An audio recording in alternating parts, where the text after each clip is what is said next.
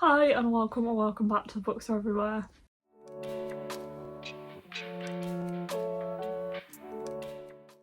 Today we are here to do my December wrap up. I actually have 13 books to talk about in December.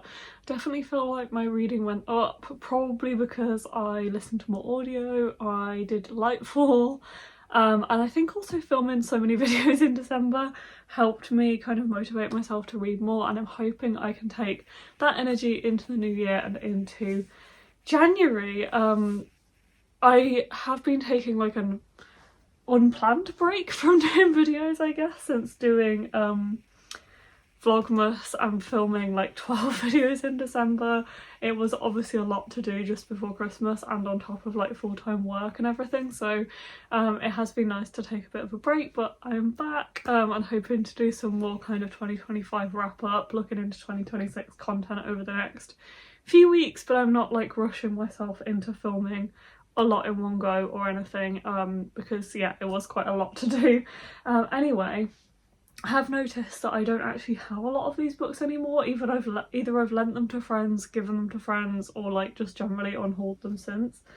But so I will put like photos of the covers up a lot. Or I just like listen to them on audio and I don't even own them. But anyway, we are going to start with a couple of crossovers from like previous months that I finished at the start of December. The first one being Make the Season Bright by Ashley Herring Blake. This one right here, which is a Christmas romance. And this one is following Charlotte and Brighton, who are exes, but they were going to get married. Like, Charlotte was ditched at the altar by Brighton. I think I got that the right way around. Yeah, so it's 5 years later. Charlotte is in a string quartet. She lives in New York, I think, which is where they were living, I think, when everything went wrong. And her ensemble mate, Sloane, persuades the whole quartet to go and spend Christmas with her family in Colorado? Yes. But when Charlotte arrives, she finds out that I think it's Sloane's sister's friend or like Sloane's sibling's friend is Brighton, and she has turned up for this Christmas as well. So they are forced to kind of be around each other and reconnect after 5 years apart, and everybody else doesn't know that they have this history together. I really like this one. I love the friendship group. I loved Sloane's family because it made for that really like Hallmark Christmas vibe in the house. Like, the house was just a very Christmassy house.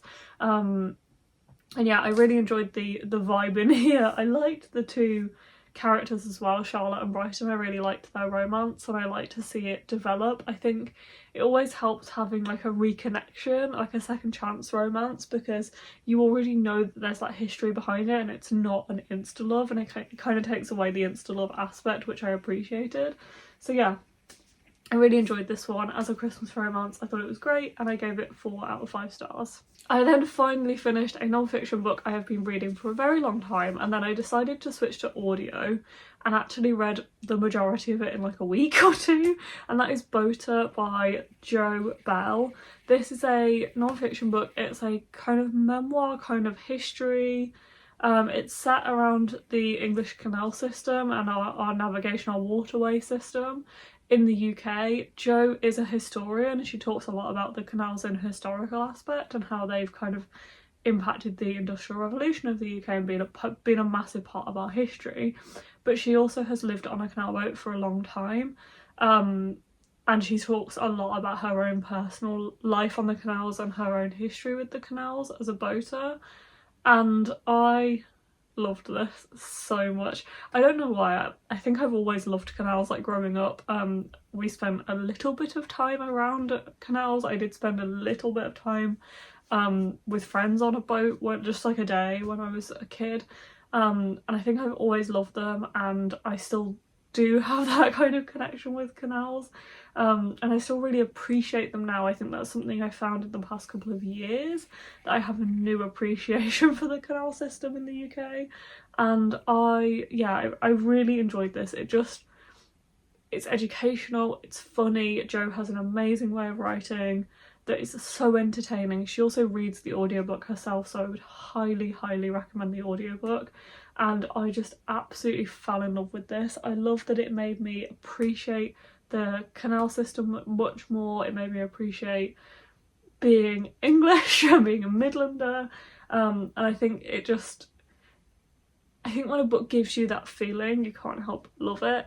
So I gave this one 5 out of 5 stars, no questions asked. I then went straight into another non-fiction book on audio, which is This Way Up: When Maps Go Wrong and Why It Happens and Why It Matters by Mark Cooper-Jones and Jay Foreman, who, if you don't know, have a YouTube series called The Map Men, and I have watched their videos for a very long time. I remember my friend Alex introducing me to their videos like years and years and years ago, and they have written a book together, and it's basically about maps and when they go wrong, because that's kind of what their YouTube series is about. It's about kind of interesting things in maps.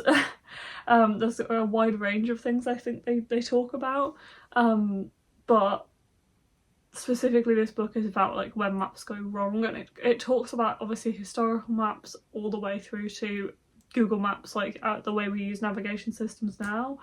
I found this really interesting. It didn't impress me quite as much as Bota, and I feel like I can't really describe why. I think this was a little bit more surface level, entertaining Reddit post vibes. But I really enjoyed it. I thought it gave us some really interesting anecdotes about maps. It definitely made me laugh. It kept me entertained throughout. I loved the audiobook. I thought it was done really well, and it's read by both of them. And I don't feel like you're impacted by not actually having the physical maps in front of you. There is like a dossier that you can get as well to see the physical, like the PDF versions. I listened to this in like a couple of days, and I gotta say I liked the ending, especially where they talked about how we use like Google Maps and navigation systems now, and that the impact that has on our brains and the fact that we are not like thinking for ourselves necessarily when we're using those navigation systems. I'd say that was the most impactful and interesting educational aspect of the book. So I gave this one 4 out of 5 stars. I still thought it was really good, and I'll definitely be recommending it. I then went on to another non-fiction, not really knowing it was a non-fiction, but this is The Bookshop Woman by Nanako Hanada, and it's translated by Kat Anderson from Japanese. And I actually thought this was fiction for some reason. It's about a recently divorced 30-something-year-old bookseller who discovers a matchmaking site where people basically put themselves out there for anything, like job advice, like mortgage advice. I'm just pulling things out of thin air, but you just set like a random approximate like time and location, and then write down like what you can offer or what you are looking for. And she decides to join this site. She's obviously feeling a bit lost. She decides to join this site and offer her bookshop expertise and recommend books to people. I thought this was a super interesting concept for a fiction book. Turns out it's non-fiction, which I think actually I really liked, because anything kind of mildly absurd that happens in here, finding out it's true just gives another layer to it. And I also like that this upfront explains and talks about the negative experiences women can have on this site, and then it might not be like a great experience for them, or they might not meet the best, like men they meet might not have the best intentions, and it just faces that straight away. And I enjoyed that, because I did not want that to be kind of an elephant in the room, because it's obvious that is going to happen. I did enjoy this one. I feel like now I don't really necessarily remember too much about it. I think going into it as a non-fiction book would probably be better than thinking it's a fiction book and finding out it's non-fiction afterwards. But yeah, interesting concept, very interesting stories. I gave it 3.5 out of 5 stars. We then have Love at First Fright by Nadia El-Fassi. This is the sequel to the Best Hex Ever, which is by the same author and is following a witch in a romance setting. This one is following one of the witch's friends who can see ghosts in a romance as well. And this main character who can see ghosts is also a horror writer, and this book is following her as her book gets adapted to be a film, and she really doesn't like the person they've chosen, the guy they've chosen to play the main character, and now they're like trapped on set together. I really enjoyed this one, not quite as much as Best Hex Ever. I loved the witchy vibes, I loved the wedding setting of that book, and I really love the romance. I did feel very similar to this. I really enjoyed the romance in here. I liked the setting, I liked the fact that they're working on this film together, and I liked it had this other layer with the fact that our main character can see ghosts. But I gotta say, this is quite a lot more, I would say, more erotic than Best Ex Ever. There's another word, I can't think of it. Like, it's a lot more spicy, and it does play with like a sub-dom trope as well. I think there's a kind of content warning at the start of this. Yeah, there's an author's note at the start of this. So there's, yeah, the central romantic relationship has overt dominant and submissive elements, and it doesn't, I would say it's not heavily portrayed, but I would just go into it with like an awareness of that. For me, it was kind of like just on the cusp of being too much. I still enjoyed it, but I think I enjoyed Best Ex Ever more, and that was more like my level. But I still really enjoyed this, and I gave it 4 out of 5 stars. The next one I went into is Under the Mistletoe with You by Lizzie Huxley-Jones. I read Lizzie Huxley-Jones's first Christmas book, Make You Mine This Christmas, a few years ago, and I loved it, and I've been really excited to get to this one, and it did not let me down. This one follows some side characters from the other book, but it's a completely different story. It's not like a direct sequel. It's following Christopher, who is running a bakery in North Wales. He's moved there kind of on a whim, running this bakery, and he doesn't have like that many friends in the local area. He's decided to go and stay with his sister for Christmas, close up shop, and has hired his flat out to somebody. Turns out to be the guy who turns up turns out to be like one of his favourite kind of Christmas film actors, Nash, and they get snowed in together. I loved this book. It was great. It was so good. It was such a good Christmas romance. Probably like my new favourite Christmas romance. I don't know how Lizzie Huxley-Jones does it. It's not like short, which I think helps because you get much more character development. I just love how this book focused on the community elements, and the side characters were all really real and fleshed out, and I just love these two in this romance. It was obviously cheesy, but I just absolutely loved it. It was great. Such a great cozy festive romance, and I gave this one 4.5 out of 5 stars. Next, I read Magic Has No Borders, which is by many different authors. It's a collection of South Asian folklore, fantasy stories, legends, reimaginings, epic tales for a modern audience. It's a fantasy and sci-fi teen YA anthology. I think you always find with a anthology you're obviously going to enjoy some stories a lot more than others. I often find, I think I've read 2 like this recently, and I found that the more down-to-earth fantasy stories I much prefer, and some of them are just way too whimsical for me. And I also think with this being young adult, it felt a little bit too young for me as well, so I gave this one 3 out of 5 stars. I still enjoyed elements of it obviously, and I really liked the idea of it, but a lot of the stories just weren't for me. I then read a proof that comes out very soon, and that is 9 Goblins by T. Kingfisher. This comes out in January. I can't remember the exact date. I think it's soon though, like early Jan or mid-Jan. It doesn't say, but anyway, this is following 9 Goblins. It's following a group of goblins. Do they have a different name? But anyway, they are part of the Goblin War, although this doesn't really focus on the Goblin War. It basically follows on this group of goblins as they are going through this Goblin War and actually interacting with other characters in the land. It's very cozy fantasy vibes, like even though obviously there's a war going on, it's like it says low fantasy and high mischief, and I really liked that. And it talks a lot about kind of speciesism, racism within this setting, and I think it's really cleverly done. It's a novella, so it's really short as well. It's funny, and it says perfect for fans of Legends and Lattes. I would say the same for like A Song for the Wild Monk and Robot vibes as well, in the way that it uses fantasy and these creatures to talk about much bigger things like politics and war. And I really like this one. I gave it 4.5 out of 5 stars. Also thank you very much to the publisher, which is Titan, for sending this one my way. The next one I picked up is You and Me and You and Me and You and Me by Josie, Lloyd and Emryn Rees, and once again thank you very much to the publisher. It was Penguin Vintage for sending this one my way. I have lent it to somebody to read currently, and I quite enjoyed this one. It's a romance. It's set following two characters called Adam and something else. I can't remember the main woman's name right now. They live in Brighton and they are later on in their marriage, like they've had kids and the kids are getting older, and kind of like fleeing the nest and stuff, and they feel like they've obviously like lost the spark in their marriage and things are kind of not going so well.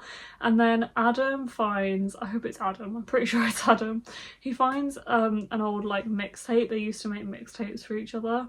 He finds it in the shed and he puts it in the cassette player, and when he plays it he goes back in time to when that mixtape was like given to him but by his partner, who I can't remember the name of right now, and they kind of realise that they can slightly change time and change like the future based on going back to when they gave the mixtapes to each other.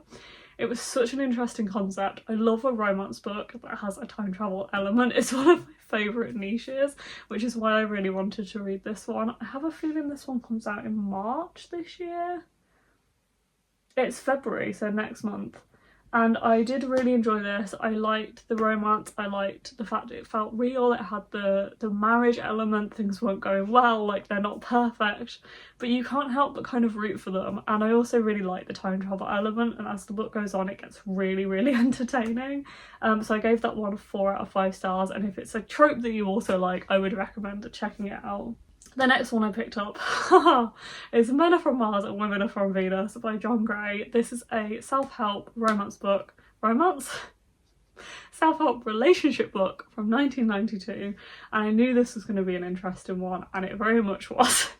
I listened to the audiobook of this, which I think is read by John Gray himself, and at the time I saw some helpful elements and I could see some experiences I've had in this book. So John Gray talks about women actually being from a different planet to men, and he very heavily leans into that and talking about how we get on as men and women. As you can imagine, this only talks about heterosexual relationships. It does not kind of look any broader scope than maybe there will be more than one gender. And maybe there is more than one gender, or maybe there is more than one type of relationship. It is just men and women. But it is from 30 odd years ago now, and it's obviously, yes, it's very close-minded. As I said, I saw some truth in it to my own relationships, but mostly I found this incredibly sexist towards both men and women. I think it really portrays both men and women as being much smaller than they are. I don't think it gives us much agency as people, especially men. I came away feeling very much like it belittled men into not having a sense of agency or freedom in their relationship, and that we as women basically have to tell them what to say and what to do to make the relationship work. But it also obviously really belittles women and talks about us as if we only really like certain things like shopping and looking after the house, and has a very traditional mindset in that way. I read it, I came away thinking the elements were not that bad, and then I read other people's reviews and was like, okay, this was quite bad. At the time I gave it 2 stars, and now I'm thinking maybe it deserves 1. I would be really interested for a man to read it and see what they think, because for me, I thought it was not great of its portrayal of men either, but a lot of other women that have read it have said it's quite sexist towards women, and I do agree. So yeah, an interesting read. From one interesting read to another, I read A Heart for Christmas by Sophie Jomain. There is a whole video on this on my channel, so if you want to know more of my thoughts then go and check it out. But this was not good. This was an amazing concept. It's a advent book, so it's a chapter a day. I've never seen that concept before, and you actually open them as envelopes as well, which I thought was really cool. The actual book is beautifully designed, but the story, however, is not great, and the writing is even worse. This is a young adult that reads like they're about 12, but they're talking about quite adult themes. I do not think it was handled very well. I don't think it was copy edited very well. The writing is not very good. It's translated from French as well, and I don't know if part of it's the translation. The characters read incredibly young and selfish, and it was not a good book. I gave that one 2 stars as well, but most of that is for the design of the book, to be honest. The next one I read is The Gingerbread Bakery by Laurie Gilmore, and even though I've read this like last week, I do not remember a lot about it. It is the 5th book, I think, in the Dream Harbour series, which starts with the Pumpkin Spice Cafe, and it's following the owner of the bakery, who is Annie, and Mac, who owns the bar? Yeah, he owns the bar down the street. And they kind of have like a love-hate friendship, and I think they're side characters in the other stories, so she's kind of gone back to write their romance story, and I really enjoyed being back in this world, and I liked the characters. I think you have to take this at face value and with a pinch of salt. They are not the best, but they are fun, and if that's what you're looking for, then I sometimes really enjoy them. I love the audiobooks too, so I did listen to this one on audio and gave it 3.5 out of 5 stars. And last but not least, we have one of my favourite books of December, which was Every Step She Takes by Alison Cochrun. My best friend Courtney gave me this as my Christmas Eve book this year, and I read it straight away and I really enjoyed it. She bought me this because I really enjoyed her other book, Kiss Her Once for Me, which is a sapphic Christmas romance, and this one is also a sapphic romance following our main character, who's 35. She feels quite lost and like she's overshadowed really by her sister, I guess. She's kind of stuck running her nan's antique store that she took over when her nan died, but she has the chance to swap lives with her sister and go on this tour to go and walk a Camino in Portugal, as part of what she doesn't know is a queer group that are going to walk together. And I really liked this concept. It felt very real, I guess, and I really liked seeing Sadie discover her own identity through this. She's kind of questioning anyway, and then she goes on this tour and realises that she is a lesbian, and it comes out. I did not mean to make that wordplay, but she talks about it obviously and discovers a lot more throughout the book, with the help of her new friends that she makes on this tour. It's very heartwarming, and I really loved the romance in this one, and as I said, I thought it was very real as well. And yeah, I gave it 4.5 out of 5 stars, and at the end I even had like little goosebumps, so yeah, really enjoyed this one. It was great, and a great pick from Courtney there. Okay, so those are all of the books I read in December. I hope you enjoyed watching and finding out what I read in December and what I thought of everything. It was a bit of a roller coaster, some really low ratings, some really high ratings, but yes, going into 2026 strong, I hope. Thank you for joining me, and I will see you in the next video. Bye.